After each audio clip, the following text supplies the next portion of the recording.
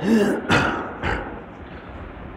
بالله من الشيطان الرجيم بسم الله الرحمن الرحيم الحمد لله رب العالمين الرحمن الرحيم مالك يوم الدين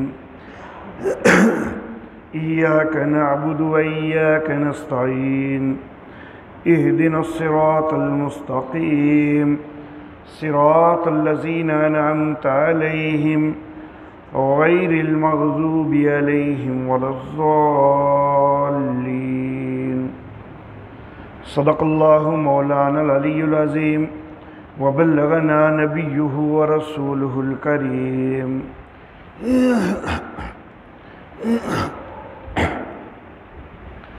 حضرات محترم، گزشتہ دروس میں قرآن حکیم کی فضیلت کے حوالہ سے کچھ باتیں عرض کر چکا ہوں۔ آج کے درس میں چند باتیں قرآن حکیم کے آداب کے حوالہ سے ذکر کرنی ہے۔ قرآن حکیم کے اگرچہ بہت سے آداب ہیں، لیکن اختصار کی خاطر میں فی الوقت صرف چند ان آداب کا تذکرہ کرنا چاہ رہا ہوں کہ جن آداب کا کسی نہ کسی انداز میں خود قرآن حکیم کے اندر ذکر موجود ہے۔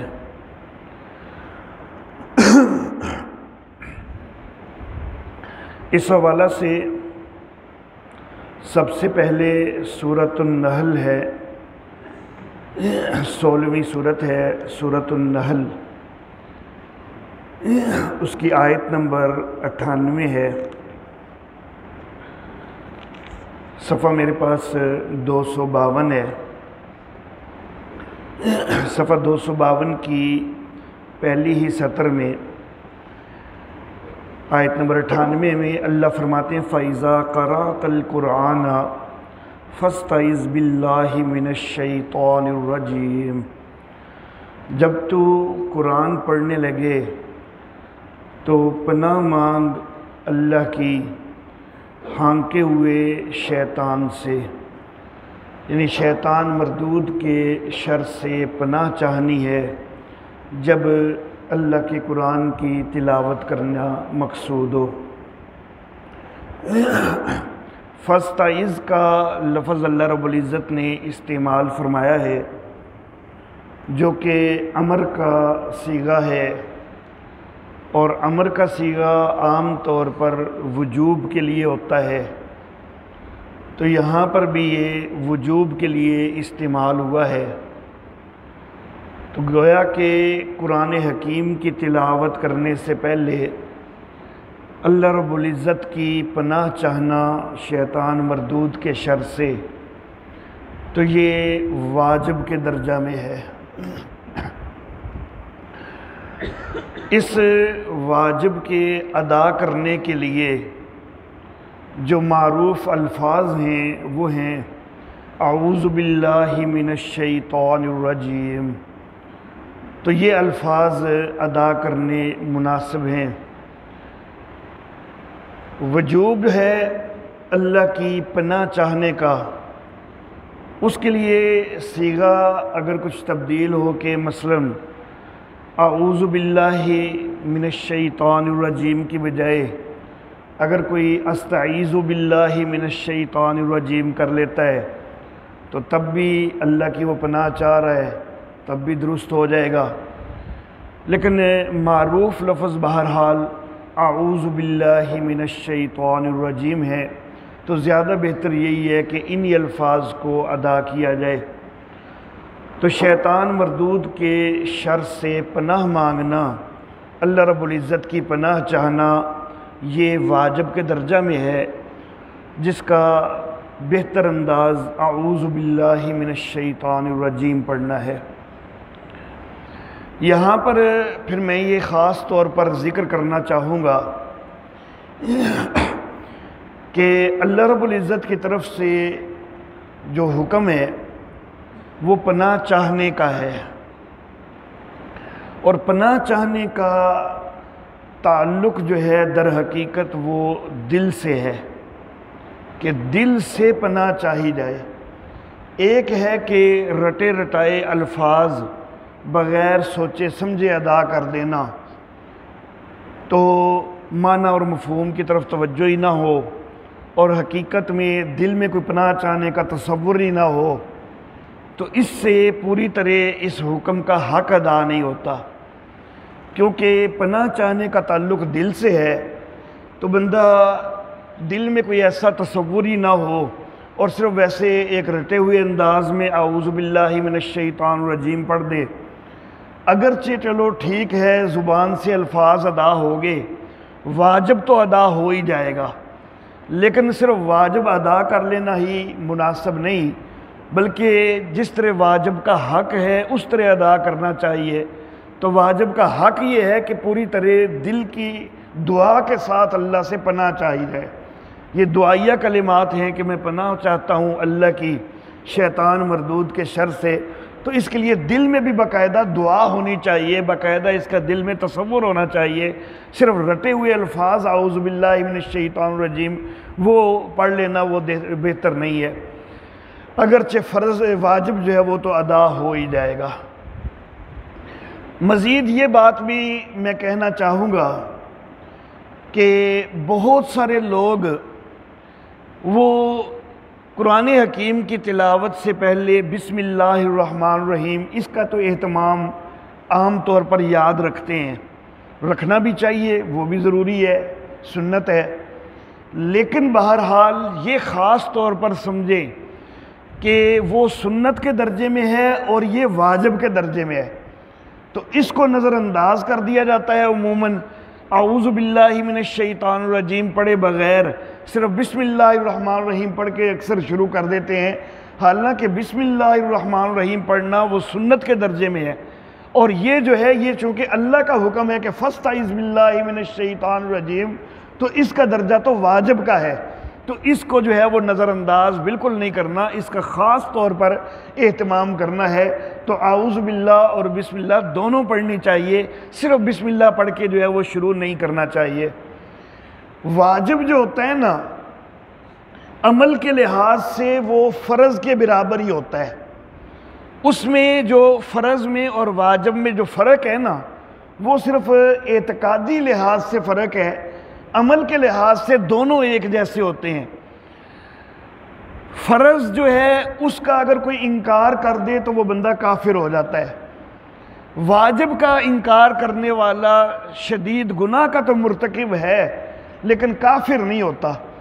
یہ فرق ہے فرض اور واجب میں، لیکن عملی طور پر جس طرح عمل فرض کے لیے ضروری ہے، فرض کے اوپر عمل ضروری ہے، اسی طرح واجب کے اوپر بھی عمل ضروری ہوتا ہے۔ تو بہرحال پہلا ادب قرآن حکیم کا کہ جب اللہ رب العزت کا کلام پڑھا جانے لگا ہے، قرآن حکیم پڑھا جانے لگا ہے، تو پہلے اللہ کی پناہ چاہنی چاہیے شیطان مردود کے شر سے۔ اور دوسرا ادب جو کہ پہلے کے ضمن میں بھی اس کا تذکرہ ہوا کہ بسم اللہ الرحمن الرحیم بھی پڑھنی چاہیے۔ بسم اللہ الرحمن الرحیم قرآن حکیم کی جز ہے، ایک تو ہے 27ویں سورت سورۃ النمل، سورۃ النمل کی آیت نمبر 30 کے درمیان آتی ہے، صفحہ 342 ہے میرے پاس، سورہ نمل کی آیت نمبر 30۔ اللہ فرماتے ہیں، صفحے کی نیچے سے 5ویں سطر بن رہی ہے، اِنَّهُ مِن سُلَيْمَانَ وَإِنَّهُ بِسْمِ اللَّهِ الرَّحْمَنِ الرَّحِيمِ۔ یہ ذکر ہو رہا ہے حضرت سلیمان علیہ الصلاۃ والتسلیمات کے ایک خط کا، کہ جو قوم سبا کی ملکہ جس کا نام بلقیس بتایا جاتا ہے، تو اس ملکہ بلقیس کے نام حضرت سلیمان علیہ السلام نے ایک خط لکھا، اس کا یہاں اللہ رب العزت تذکرہ فرما رہے ہیں، اور اللہ فرما رہے ہیں کہ وہ خط جو ہے وہ بسم اللہ الرحمن الرحیم کے الفاظ سے شروع ہو رہا تھا۔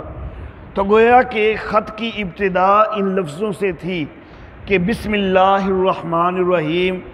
نبی اکرم صلی اللہ علیہ وسلم نے بھی کئی خطوط لکھے اور ابتدا ان لفظوں سے فرمائی کہ بسم اللہ الرحمن الرحیم۔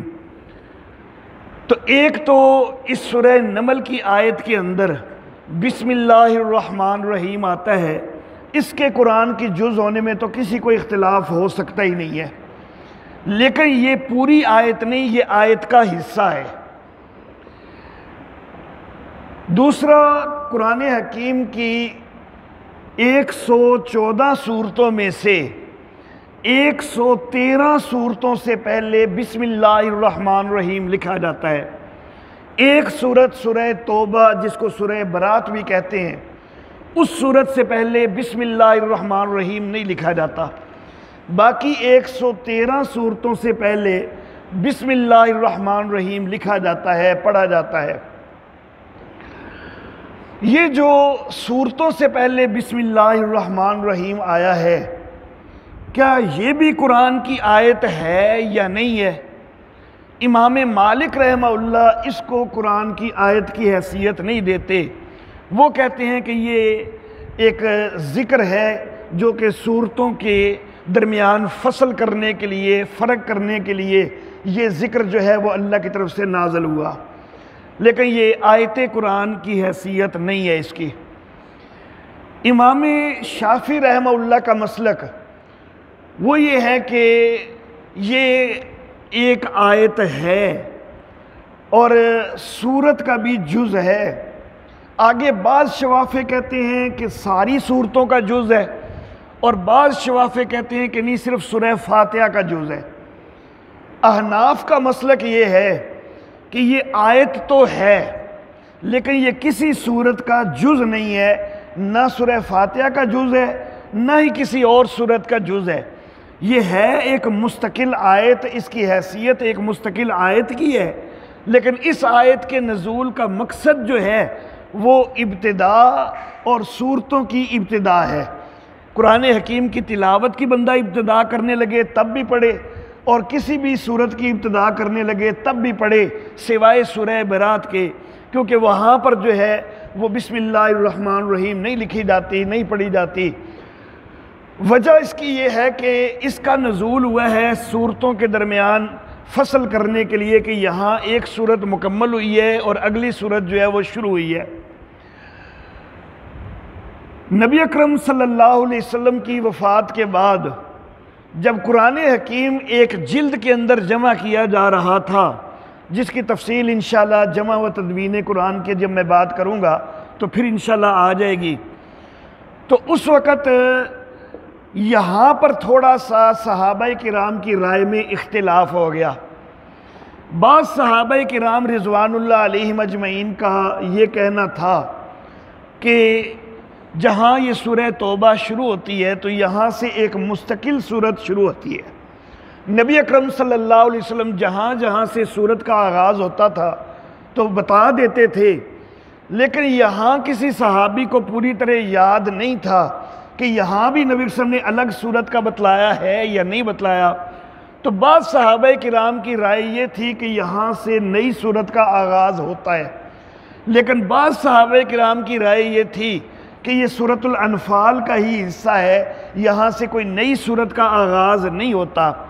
تو جہاں جہاں تو نبی اکرم صلی اللہ علیہ وسلم سے صحابہ کرام کو پوری طرح یاد تھا کہ یہاں سے نئی سورت کا آغاز ہوتا ہے، ان مقامات پر تو پھر بسم اللہ الرحمن الرحیم لکھی گئی، لیکن یہاں پر چونکہ صحابہ کرام کی رائے کا تھوڑا اختلاف ہو گیا تو بعض کا خیال تھا کہ یہاں سے سورت کا آغاز ہے، بعض کا خیال تھا کہ نہیں یہ سورہ انفال کا ہی تسلسل ہے، تو یہاں پر پھر نشان تو رکھا گیا لیکن بسم اللہ الرحمن الرحیم نہیں لکھی گئی۔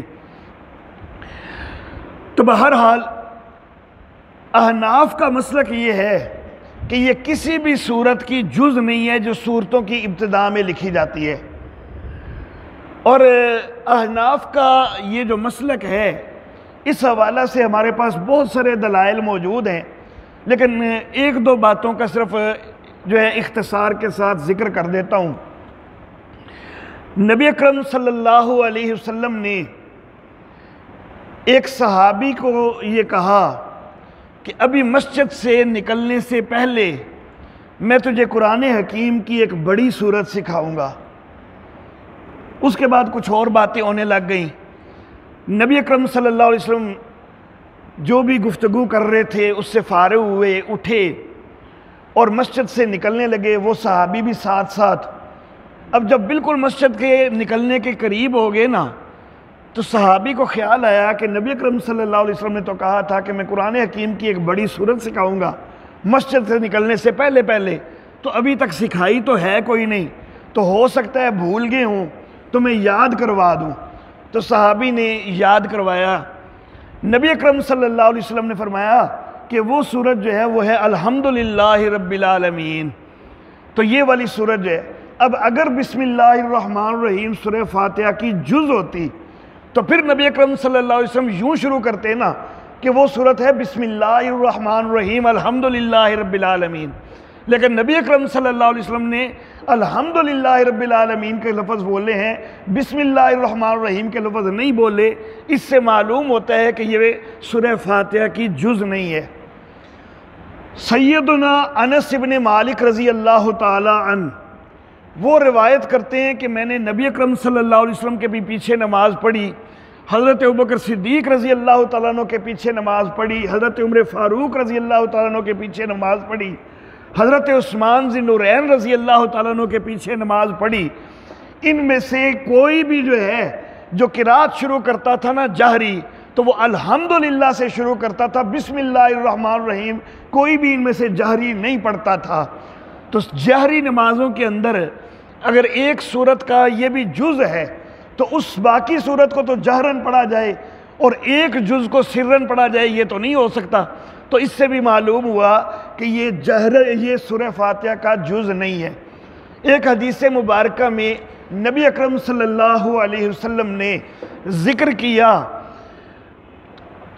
نماز کے بندے اور اللہ رب العزت کے درمیان تقسیم ہونے کا، جس میں پوری سورہ فاتحہ کا بھی ذکر کیا کہ سورہ فاتحہ جو ہے بندے اور اللہ رب العزت کے درمیان تقسیم ہے، لیکن وہاں پر بھی نبی اکرم صلی اللہ علیہ وسلم نے سورہ فاتحہ کی وہ ساری تفصیل جو بیان کی تو وہ الحمدللہ رب العالمین سے بیان کی، وہ بسم اللہ الرحمن الرحیم سے شروع کر کے بیان نہیں کی۔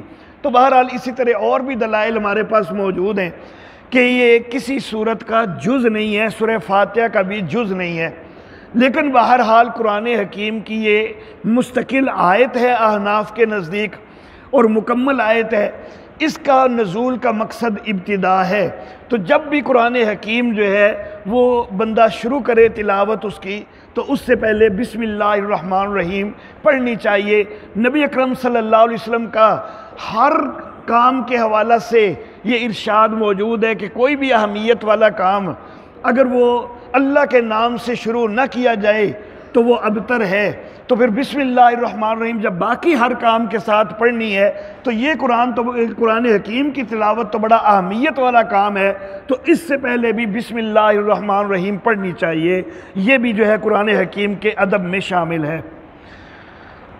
اگلی بات میں ذکر کرنا چاہوں گا سورۃ البقرہ ہے، آیت نمبر 121 ہے۔ صفحہ میرے پاس 18 آ رہا ہے۔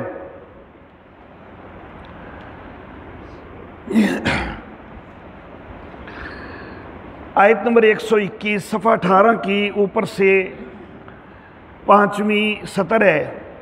اللہ فرماتے ہیں الذین آتیناہم الکتاب، وہ لوگ کہ جن کو ہم نے کتاب دی، یتلونہ حق تلاوتہ، وہ اس کی تلاوت کرتے ہیں کہ جس طرح تلاوت کا حق ہے، یعنی بڑی کثرت سے تلاوت کرتے ہیں، بہت زیادہ تلاوت کرتے ہیں۔ ساتھ جو اللہ رب العزت نے اگلے لفظ استعمال فرمائے ہیں نا، وہ لفظ بڑے ہی قابل غور ہیں، ان کی طرف ذرا بھرپور توجہ ہونی چاہیے۔ اللہ فرماتے ہیں کہ یتلونہ حق تلاوتہ، وہ لوگ تلاوت کرتے ہیں اس کی جس طرح تلاوت کرنے کا حق ہے۔ اولئک یؤمنون بہ، یہ بندے ہیں کہ جو ایمان رکھتے ہیں اس پر، کہ جو تلاوت کا حق ادا کرتے ہیں۔ اگر قرآن حکیم جو ہے وہ صرف الماریوں کے اندر پڑا رہ جائے تو یہ صحیح ایمان کامل کی نشانی نہیں ہے۔ کامل ایمان تبھی بندے کا بنتا ہے کہ جب قرآن سے تعلق قائم کیا جائے، قرآن کی زیادہ سے زیادہ تلاوت کی جائے، اس کو پڑھا جائے، اس کو سمجھا جائے، کیونکہ یہ انسانیت کی ہدایت کے لیے آیا ہے۔ بلکہ میں کہا کرتا ہوں کہ جس طرح ہر چیز کے لیے، ہر شعبے کے لیے کوئی نہ کوئی ایک نصاب ہوتا ہے، کوئی نہ کوئی ایک تربیت ہوتی ہے، تو مسلمان بننے کے لیے یہ نصاب ہے کم از کم کہ قرآن حکیم جو ہے وہ انسان پوری طرح سمجھے۔ یہ مسلمان ہونے کے لیے ایک نصاب ہے کہ اگر ایمان کامل چاہتا ہے تو کم از کم قرآن کی پوری سمجھ ہونی چاہیے۔ اگر ایک آدمی میڈیکل کے اندر جو ہے تعلیم حاصل کر رہا ہے، ڈاکٹر کیا آپ جو ہے اس کو تسلیم کر لیں گے کہ اگر وہ میڈیکل کی تعلیم حاصل نہیں کرتا؟ ظاہر بات ہے کہ اگر وہ میڈیکل کی تعلیم حاصل نہیں کرتا تو کوئی بھی اس کو جو ہے وہ پوری طرح ڈاکٹر تسلیم نہیں کرتا۔ کسی ڈاکٹر کے پاس وقت لگانے سے کچھ تجربہ ہو جائے تو اس سے وہ ڈاکٹر کوئی بھی اس کو نہیں مان لیتا۔ انجینئرنگ کی تعلیم حاصل کیے بغیر آپ کسی کو انجینئر نہیں مانتے، بلکہ کسی بھی فن کے لیے کچھ نہ کچھ تو تربیت ہوتی ہے۔ ایک مزدور بھی ہے نا، جو مزدور اینٹیں جو ہے وہ گو کے اوپر پکڑا رہا ہے مستری کو، تو اس کو بھی اتنی سی تربیت تو آنی چاہیے کہ بھائی میں نے اینٹ کو کس طرح پھینکنا ہے، ایسا نہ ہو کہ واپس آ کے میرے ہی سر پہ لگے۔ اس کی کچھ نہ کچھ تربیت ہوگی۔ مسالہ اس نے بنانا ہے، سیمنٹ کتنا ڈالنا ہے، ریت کتنی ڈالنی ہے، اس کا اس کو پتہ ہونا چاہیے۔ تو کوئی نہ کوئی تربیت ہر شعبے کے لیے ہوتی ہے۔ تو پھر مسلمان ہونا تو وہ صرف اتنے سے کافی ہو گیا کہ ہم بس مسلمانوں کے گھروں میں پیدا ہو گئے تو مسلمان ہو گئے؟ نہیں بھائی، مسلمانوں کے لیے یہ کتاب یوں سمجھیں کہ یہ ایک نصاب ہے کہ جس کو ہمیں ضرور سمجھنا چاہیے، پڑھنا چاہیے، پھر ہم صحیح تو ہے وہ حقیقی معنوں میں انشاءاللہ مسلمان بنیں گے۔ تو قرآن حکیم کو سمجھنا انتہائی ضروری ہے، اس کی تلاوت کا حق ادا کرنے کی کوشش ہونی چاہیے۔ اگلا ادب میں ذکر کرنا چاہوں گا سورۃ الواقعہ ہے۔ سورت کا نمبر ہے 56 اور آیت نمبر 79۔ میرے پاس صفحہ جو ہے وہ 484 آ رہا ہے۔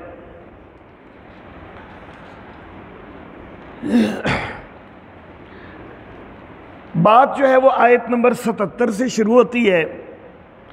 اللہ فرماتے ہیں انہو لقرآن کریم فی کتاب مکنون لا یمسہ الا المطہرون۔ قرآن حکیم کا ذکر ہو رہا ہے، کتاب مکنون کا ذکر ہو رہا ہے۔ کتاب مکنون جو ہے اس سے مراد ہے لوح محفوظ، اور آگے اللہ فرماتے ہیں کہ لا یمسہ الا المطہرون، اس کو نہیں چھوتے مگر پاکیزہ۔ اب یہ کون ہیں چھونے والے؟ تو چھونے والے ہیں فرشتے۔ تو فرشتے جو ہیں ان کے اندر گناہ کا تو مادہ ہی کوئی نہیں، ناپاکی والا معاملہ ہی کوئی نہیں، تو فرشتے جو ہیں وہ سارے پاک ہی پاک ہیں۔ تو پاکیزہ چھوتے ہیں، اللہ نے یہ فرمایا۔ اللہ یہ بھی تو کہہ سکتے تھے کہ لا یمسہ الا الملائکہ، اس کو نہیں چھوتے مگر فرشتے، لیکن اللہ نے فرشتے نہیں کہا، حالانکہ مراد یہاں فرشتے ہی ہیں، مراد فرشتے ہیں، لیکن کہا اللہ نے مطہرون۔ گویا کہ فرشتے کا لفظ نہیں بولا، فرشتوں کی صفت ذکر کی ہے۔ تو یہ صفت ذکر کرنے کے اندر بھی تو کوئی حکمت ہونی چاہیے نا۔ تو یہ صفت ذکر کرنے کے اندر حکمت یہ ہے کہ بھائی یہ قرآن کا ادب ایسا ہے کہ فرشتے جو ہیں وہ اس کو چھوتے ہیں جو کہ پاک ہیں، تو پھر تم بھی اگر چھوؤ تو تمہیں بھی پاک ہو کے چھونا چاہیے، ناپاکی کی حالت میں نہیں چھونا چاہیے۔ تو یہ قرآن حکیم کا یہاں سے بھی ایک ادب ظاہر ہوتا ہے، اور احناف کا نظریہ، احناف کا مسلک یہی ہے کہ بغیر وضو کے قرآن حکیم کو چھونا جائز نہیں ہے۔ اگر تو بندے کو غسل کی حاجت ہے نا، جنابت کے اندر بندہ مبتلا ہے، غسل کی اس کو حاجت ہے، پھر قرآن حکیم کی زبانی تلاوت بھی نہیں کر سکتے، قرآن حکیم کی کوئی آیت زبانی بھی نہیں پڑھ سکتے جب غسل کی حاجت ہو۔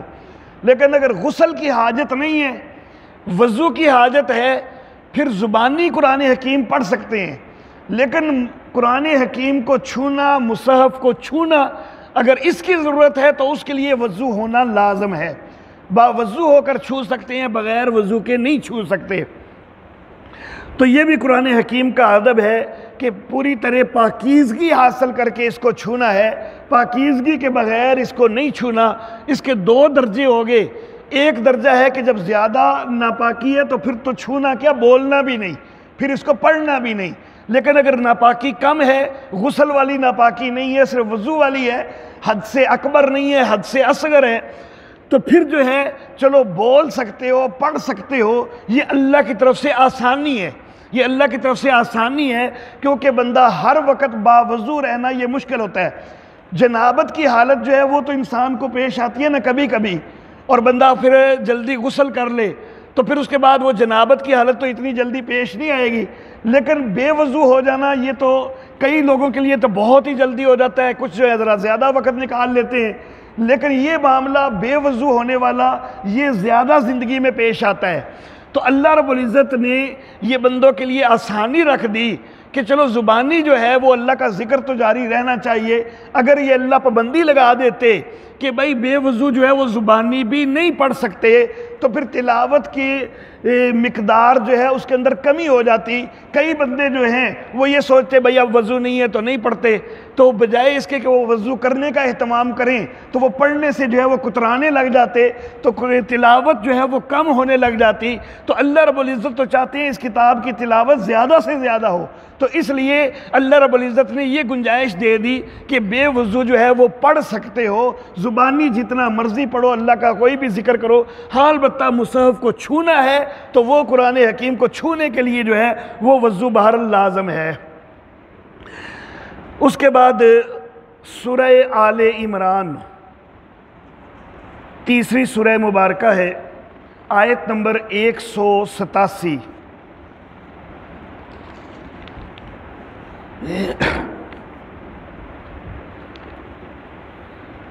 اللہ اکبر۔ جی صفحہ میرے پاس صفحہ 68 آیا ہے، صفحہ 68 کی آخری سطر ہے، پھر آگے آیت صفحہ 69 میں پہنچ جاتی ہے۔ آیت نمبر 187 صفحہ 68 کی آخری سطر، اللہ فرماتے ہیں وَإِذْ أَخَذَ اللَّهُ مِيثَاقَ الَّذِينَ أُوتُوا الْكِتَابَ، اور جس وقت اللہ نے میثاق لیا، عہد لیا ان لوگوں سے کہ جن کو کتاب دی گئی، لَتُبَيِّنُنَّهُ لِلنَّاسِ وَلَا تَكْتُمُونَهُ، کہ تم ضرور اس کو لوگوں کے آگے بیان کرو گے، اس کو چھپاؤ گے نہیں۔ فَنَبَذُوهُ وَرَاءَ ظُهُورِهِمْ، انہوں نے اس کو اپنی پشتوں کے پیچھے ڈال دیا۔ پشت کے پیچھے ڈال دینا یہ محاورہ ہے، اور معنی کیا ہوتا ہے پشت کے پیچھے ڈالنے کا؟ اس محاورے کا مطلب یہ ہے کہ انہوں نے اس کتاب کے اوپر عمل نہیں کیا جو ان کو کتاب دی گئی۔ یہاں اہل کتاب کا تذکرہ ہو رہا ہے، تو ان کو کتاب دی گئی، تورات دی گئی، زبور دی گئی، انجیل دی گئی، لیکن انہوں نے اس کے اوپر عمل نہیں کیا، عمل سے انہوں نے گریز کیا، انہوں نے اس کے عمل کو نظر انداز کر دیا۔ تو یہ ہوتا ہے حقیقی معنی پس پس ڈالنے کا۔ لیکن قرآن حکیم نے تعبیر جن لفظوں سے کی ہے نا، تو وہ ظہور کا لفظ استعمال کیا جو ظہر کی جمع ہے، اور ظہر جو ہے وہ پشت کو کہتے ہیں، اور ورا پیچھے کو کہتے ہیں۔ تو پشت کے پیچھے کی تعبیر کی ہے، عمل نہ کرنے کی تعبیر کوئی اور بھی ہو سکتی تھی، لیکن اللہ نے تعبیر ان لفظوں سے کی ہے۔ ہم احناف زیادہ سے زیادہ قرآن حکیم کے اوپر عمل کرنے کو جو ہے اس کی ہر صورت کو اختیار کرنے کو پسند کرتے ہیں۔ تو احناف یہ کہتے ہیں کہ اصل جو آیت کا مقصود ہے کہ یہود و نصارہ نے عمل نہیں کیا تھا تو ان کے اوپر آئی تنبیہ، تو تم بھی مسلمانوں اس تنبیہ سے خیال کرو کہ تم بھی قرآن کو پس پشت نہ ڈال دینا۔ تو اصل چیز تو یہ ہے کہ قرآن پر عمل کرنا ہے، اس کو سمجھنا ہے، اس پر عمل کرنا ہے، اس کو پس پشت نہیں ڈالنا، نظر انداز نہیں کرنا۔ تو یہ چیز جو ہے یہ بھی اس آیت میں آ گئی، لیکن چونکہ تعبیر ہوئی ہے وراء ظہورہم کے لفظ سے، تو اس تعبیر کے لفظوں کا بھی خیال کر کے تو قرآن حکیم کی طرف عملی طور پر پشت بھی نہیں ہونی چاہیے۔ ایک ہے اعتقاداً پشت کرنا، جو محاورتاً ہے وہ ہے اعتقاداً پشت کرنا، اور ایک ہے عملاً پشت کرنا۔ اعتقاداً پشت کرنا کہ مجھے قرآن کی معاذ اللہ ضرورت ہی کوئی نہیں، قرآن جو ہے اس سے نظر انداز کر دینا بالکل۔ تو اعتقاداً پشت کرنا تو اس میں بھی جو ہے وہ تو کفر کی حد تک بات پہنچ جاتی ہے، لیکن عملاً پشت کرنا جو ہے یہ بھی ادب کے بہرحال خلاف ہے۔ مقصود چونکہ اصل جو ہے نا وہ تو ہے کہ عمل کے لحاظ سے، اور لفظوں کی تعبیر کی وجہ سے ہم نے یہ بھی کہہ دیا کہ پشت بھی نہیں ہونی چاہیے، پیٹھ نہیں ہونی چاہیے، یہ لفظوں کی تعبیر سے ہم نے ذکر کیا، اصل مقصود آیت کا یہ نہیں ہے۔ تو اس لیے اس چیز کو واجب کا درجہ ہم نہیں دیتے، اس کو ہم قرآن کا ادب کہتے ہوئے مستحب کا درجہ دیتے ہیں، اور اس لیے ہم کہتے ہیں کہ اگر کوئی زیادہ ضرورت درپیش ہو جائے تو پھر گنجائش ہو جاتی ہے۔ اگر ہوتا نا واجب تو پھر تو انتہائی اہتمام ضروری تھا، لیکن اگر جب یہ واجب نہیں تو انتہائی اہتمام نہیں، لیکن بہت کوشش ضرور کرنی چاہیے کہ پشت نہ ہو۔ لیکن بعض اوقات ایسی صورت ہوتی ہے، مثال کے طور پر ایک کلاس ہے، بہت بڑی کلاس ہے، ترجمے کی کلاس ہے، سینکڑوں لوگ ہیں اس میں، تو انہوں نے اب ایک دوسرے کے پیچھے بیٹھنے ہیں۔ اگر پیچھے والے قرآن حکیم سامنے نہیں کھولیں گے ان کو پوری طرح سمجھ نہیں آئے گی، تو پھر ایسی صورتحال میں جائز ہوتا ہے کہ پیچھے والے جو ہیں وہ بھی قرآن حکیم کھول لیں، اگلے والوں کی پشت بے شک ان کی طرف ہو جائے گی لیکن اس کی گنجائش ہو جائے گی۔ یا مثال کے طور پر ایک بندہ، اس کی دکان ہی قرآن حکیم کی ہے کہ وہ قرآن حکیم کی تجارت کرتا ہے، اور اس کے ہر طرف جو ہے وہ قرآن حکیم اس نے رکھے ہوئے ہیں، اور وہ جدھر بھی دکان کے اندر ادھر ادھر ہوگا تو کسی نہ کسی قرآن حکیم کی طرف پشت ہو جائے گی۔ تو ایسے حالات میں بہرحال گنجائش ہوتی ہے، تو لیکن اگر ضرورت نہیں ہے تو پھر بہرحال پشت کرنے سے اجتناب ہی کرنا چاہیے۔ یہ جس طرح تنبیہ آئی اہل کتاب کو تو پھر یہ تنبیہ ہمارے لیے بھی ہے۔ اس کے بعد آگے چلتے ہیں سورہ آل عمران کی آیت نمبر 71۔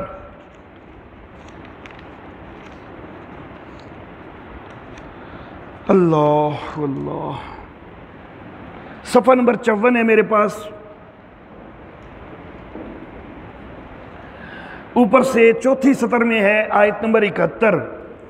اللہ فرماتے ہیں یا اہل الکتاب لم تلبسون الحق بالباطل وتکتمون الحق وانتم تعلمون، اے اہل کتاب کیوں ملتبس کر دیتے ہو حق کو باطل کے ساتھ، کیوں حق اور باطل کو گڈ کر دیتے ہو، اور تم حق کو چھپاتے ہو جبکہ تم جانتے بھی ہو۔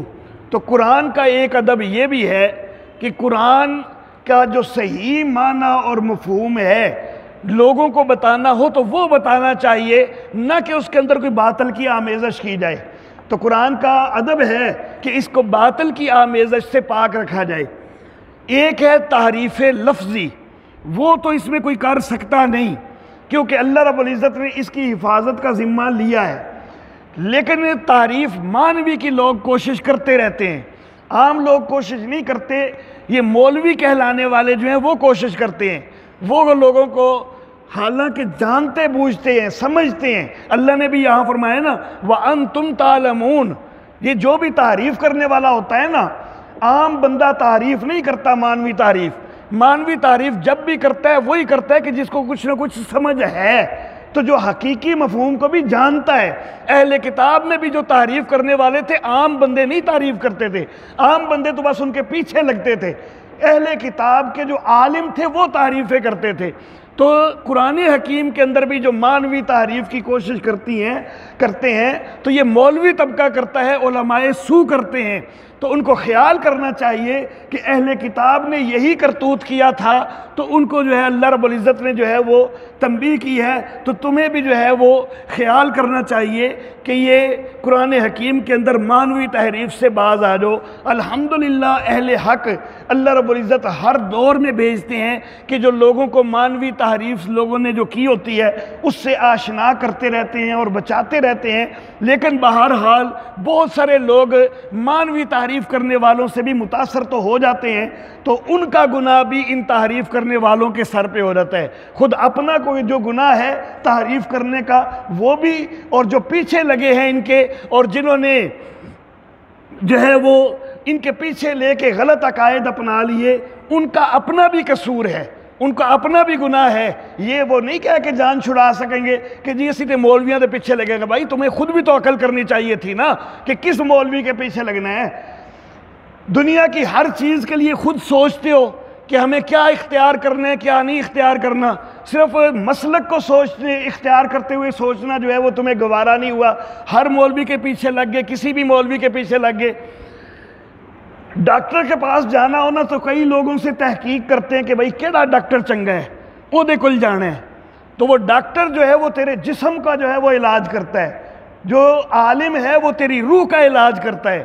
تو اپنی روح کو اپنے جسم سے زیادہ اہمیت دو، کیونکہ اصل جو ہے وہ جو آخرت میں جس کی کے اوپر مدار ہے تو وہ تو روحانیت کے اندر ہے کہ روحانیت ہماری درست ہوگی تو ہماری آخرت جو ہے وہ درست ہو جائے گی۔ تو جو لمبی زندگی کا جس کے اوپر مدار ہے اس کو تم توجہ نہیں دیتے کہ چلو جڑا بھی کسی مولوی نے کہتا تو اس پہ عمل کر لیا، نہیں، جس طرح ڈاکٹر کے پاس جاتے ہوئے پہلے سوچتے ہو کہ کون سا ڈاکٹر زیادہ مناسب ہے اس کے پاس جانا ہے، تو پھر مولوی کا انتخاب کرتے ہوئے بھی کم از کم سوچو کہ قرآن حکیم کے مطابق کون سا مولوی جو ہے وہ بیان کر رہا ہے اس کے پیچھے چلو، نہ کہ جو قصے کہانیوں میں لگائے رکھے اور جو ہے وہ ہیر رانجھا سنائے جائے یا وہ اور اس طرح کی شعر و شاعری صرف سنا کے گزارے کرے، ان کے پیچھے نہ چلو۔ جو قرآن سناتے ہیں جو حدیث سناتے ہیں ان کے پیچھے چلو۔ اللہ اللہ۔ اس کے بعد آئیں سورہ محمد، سورت کا نمبر ہے 47، سورہ محمد کی آیت نمبر 24۔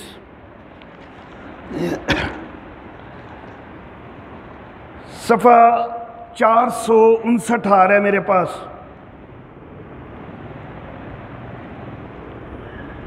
نیچے سے 5ویں سطر ہے۔ اللہ فرماتے ہیں افلا یتدبرون القرآن ام علی قلوب اقفالها، یہ قرآن کے اوپر غور کیوں نہیں کرتے، کیا ان کے دلوں پہ تالے پڑے ہوئے ہیں؟ تو گویا کہ قرآن کا یہ بھی ادب ہے کہ اس کے اوپر غور و فکر کرنا چاہیے، اس کو سمجھنے کی کوشش کرنی چاہیے۔ الحمدللہ ثم الحمدللہ ہم اسی کوشش کے لیے یہاں پر بیٹھے ہیں کہ قرآن کو سمجھایا جائے۔ اللہ رب العزت ہمیں ہماری اس محنت کو قبول فرمائے اور اللہ رب العزت ہمیں ہمت اور توفیق عطا فرمائے کہ ہم اس کو مکمل جو ہے وہ سمجھا سکیں، آخر تک اس کو مکمل کر سکیں اس سلسلے کو۔ تو بہرحال قرآن حکیم کا یہ بھی ادب ہے کہ قرآن حکیم کو سمجھنے کی کوشش کرنی چاہیے، اس پر غور و فکر کرنا چاہیے، تدبر کرنا چاہیے۔ اس کے بعد آ جائیں 25ویں سورت ہے سورۃ الفرقان، آیت نمبر 30، میرے پاس صفحہ نمبر 327 ہے۔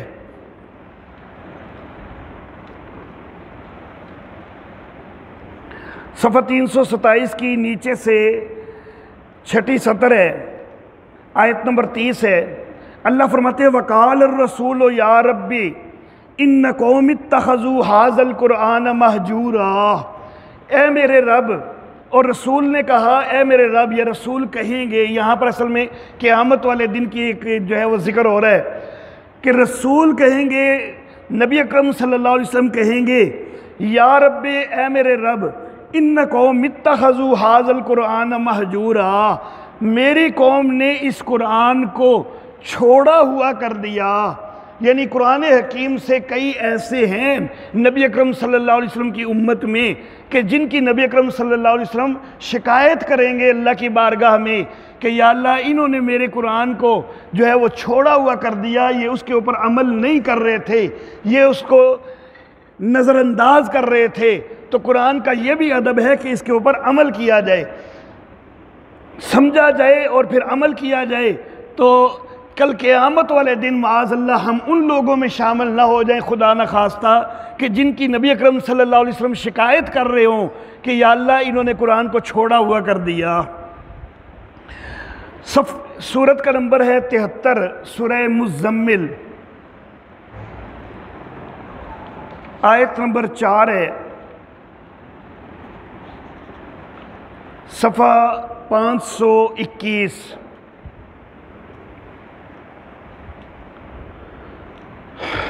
آیت نمبر 4 میں لفظ ہیں وَرَتِّلِ الْقُرْآنَ تَرْتِيلًا، اور قرآن کو ٹھہر ٹھہر کے پڑھ، آہستگی سے پڑھنا، ٹھہر ٹھہر کے پڑھنا۔ تو قرآن حکیم کا یہ بھی ادب ہے کہ قرآن کو ٹھہر ٹھہر کے پڑھنا چاہیے، آہستگی سے پڑھنا چاہیے۔ ایک ہے اتنی تیزی سے پڑھنا کہ لفظ بھی صحیح ادا نہیں ہو رہے، لفظ جو ہے وہ ٹوٹ رہے ہیں، خراب ہو رہے ہیں۔ اس طرح کا پڑھنا جو ہے وہ تو 100% حرام ہے کہ جس سے لفظ جو ہے وہ خراب ہو رہے ہوں، بلکہ وہاں پر تو کئی دفعہ پھر لفظوں کے خراب ہونے سے معنی کفر تک بھی پہنچ جاتا ہے، تو اس لیے وہ چیز جو ہے وہ تو 100% حرام ہے۔ لیکن اگر لفظ پوری طرح ادا ہو رہے ہیں تو پھر بھی زیادہ بہتر یہ ہے کہ صرف لفظ ادا ہی نہ ہوں بلکہ آرام سے آہستگی سے پڑھیں۔ آرام سے اور آہستگی سے پڑھنے کا فائدہ یہ ہوگا کہ جتنا آپ آرام سے پڑھو گے نا اتنا اس کے اندر خشوع و خضوع زیادہ ہو جائے گا، توجہ زیادہ ہو جائے گی، اس کو سمجھنے کی طرف بھی جو ہے وہ توجہ زیادہ ہو جائے گی۔ تو اس لیے قرآن کا یہ بھی ادب ہے کہ ٹھہر ٹھہر کے پڑھا جائے، آرام آرام سے پڑھا جائے۔ نبی اکرم صلی اللہ علیہ وسلم کا جو فرمان ہے کہ قرآن حکیم کو پڑھنے والا، قرآن جو صاحب قرآن ہے، اس کو قیامت والے دن کہا جائے گا کہ پڑھتا جا اور چڑھتا جا۔ اور وہاں پر حدیث مبارکہ میں ساتھ یہ بھی لفظ ہیں کہ نبی سے کہ اللہ یہ فرمائیں گے کہ وَرَتِّلْ كَمَا كُنْتَ تُرَتِّلُ فِي الدُّنْيَا، اس طرح ٹھہر ٹھہر کے پڑھ جس طرح تو دنیا میں ٹھہر ٹھہر کے پڑھتا تھا۔ تو نبی اکرم صلی اللہ علیہ وسلم کی اس حدیث مبارکہ سے یہ بھی واضح ہوا کہ قیامت والے دن جس وقت درجے بلند ہو رہے ہیں تو اس وقت بھی ٹھہر کے پڑھنے والے کی اہمیت بڑی ہو جائے گی۔ جو ٹھہر ٹھہر کے پڑھے گا تو وہ چڑھتا زیادہ جائے گا تو پڑھا بھی اس نے کم ہوگا۔ اگر وہ تیزی سے پڑھنے کا عادی ہے تو وہ جلدی جلدی پڑھ لے گا تو درجات کم رہ جائیں گے۔ جو ٹھہر ٹھہر کے پڑھے گا تو وہ زیادہ تیزی، زیادہ درجات جو ہے وہ اوپر کے پا لے گا۔ اس کے بعد سورہ مائدہ کی آیت نمبر 83، صفحہ نمبر 111 ہے، 7واں سپارہ شروع ہوتا ہے۔ اللہ فرماتے وَإِذَا سَمِعُوا مَا أُنزِلَ إِلَى الرَّسُولِ تَرَىٰ أَعْيُنَهُمْ تَفِيضُ مِنَ الدَّمِ، اور جب وہ سنتے ہیں جو نازل کیا گیا رسول کی طرف تو دیکھے ان کی آنکھیں آنسوؤں سے بہہ پڑتی ہیں۔ تو قرآن کا یہ بھی ادب ہو رہا ہے کہ ہمیں قرآن حکیم پڑھتے ہوئے اللہ کا ڈر رکھنا چاہیے اور خشیت الہی کے ساتھ پڑھنا چاہیے، اور اللہ کرے یہ کیفیت ہماری بن جائے کہ ہماری آنکھیں آنسوں سے بہہ پڑیں۔ سورہ انفال آیت نمبر 2، 8ویں سورت ہے سورہ انفال۔